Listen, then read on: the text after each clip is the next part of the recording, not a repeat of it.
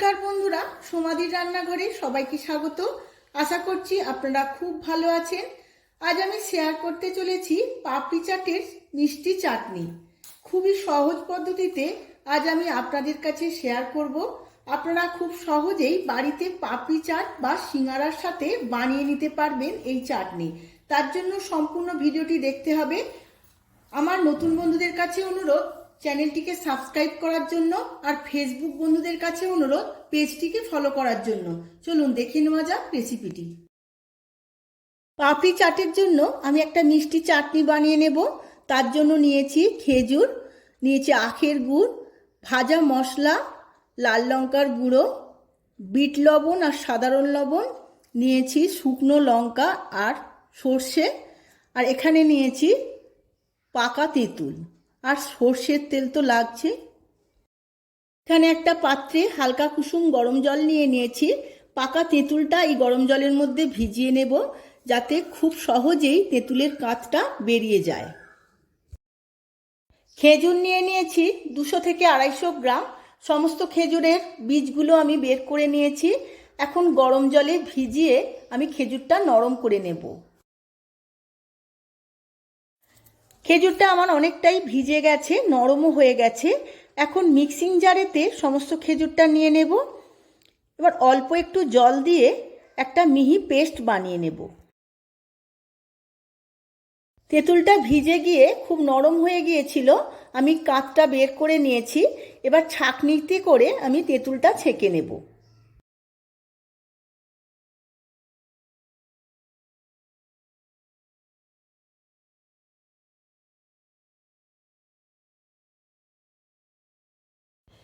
তেঁতুলের কাঁচটা আমি ছেঁকে নিয়েছি। এই জলটা আমি পাত্রের মধ্যে রেখেছি, এইটা আমার কাজে লাগবে। বাকি অংশগুলো আমি ফেলে দেব। খেজুরটা আমার মিহি পেস্ট হয়ে গেছে। এবার আমি একটা কড়া বসিয়ে নিয়েছি। এর মধ্যে দিয়ে দেব 1.5 চামচ সর্ষের তেল। এর মধ্যে ফোড়নে দিয়ে দেব একটা শুকনো লঙ্কা আর 1/2 চামচ হলুদ সর্ষে।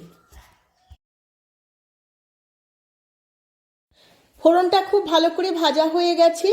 এবার দিয়ে দেব আগে থাকতে ছেঁকে রাখা তেঁতুলের জল।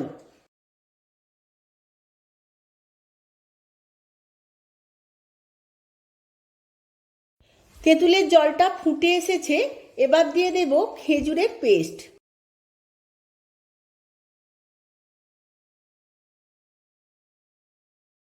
এই সমস্ত উপকরণগুলো আমি 10 থেকে 15 মিনিট খুব ভালোভাবে ফুটিয়ে নেব।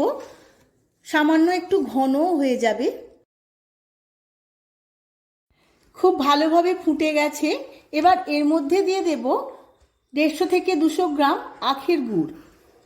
আখের গুড় দিয়েও খুব ভালোভাবে মিশিয়ে নেব।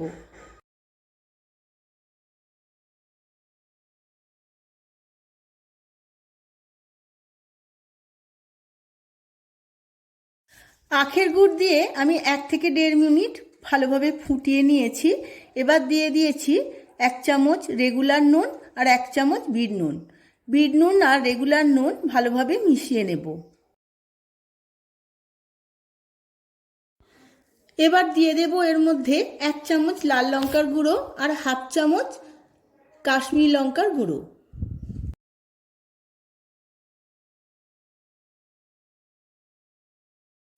এরপরেও আমি 1 মিনিট ফুটিয়ে নেব।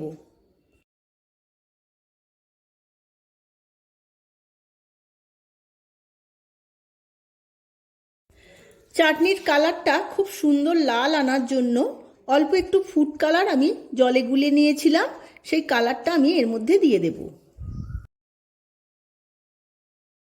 চাটনিটা আমার হয়েই গেছে। এবার সবার শেষে দিয়ে দেব ভাজা মশলার গুঁড়ো 1 চামচ।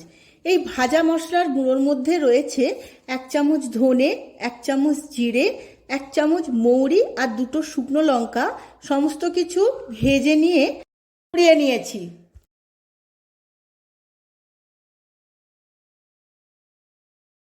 পাপড়ি চাটের চাটনিটা আমার একদম রেডি হয়ে গেছে। গ্যাসের ফ্লেমটা অফ করে দেব। কিছুক্ষণ পরে সার্ভ করে নেব ঠান্ডা করে। আমি সার্ভ করে নিয়েছি পাপড়ি চাটের মিষ্টি চাটনি। খুবই সুন্দর দেখতে লাগছে। পাপড়ি চাট বা সিঙ্গারা যে কোনো কিছুর সাথে খুবই খেতে ভালো লাগবে। ভিডিওটা যদি ভালো লেগে থাকে ভিডিওটিতে প্রচুর প্রচুর লাইক শেয়ার করবেন। ধন্যবাদ।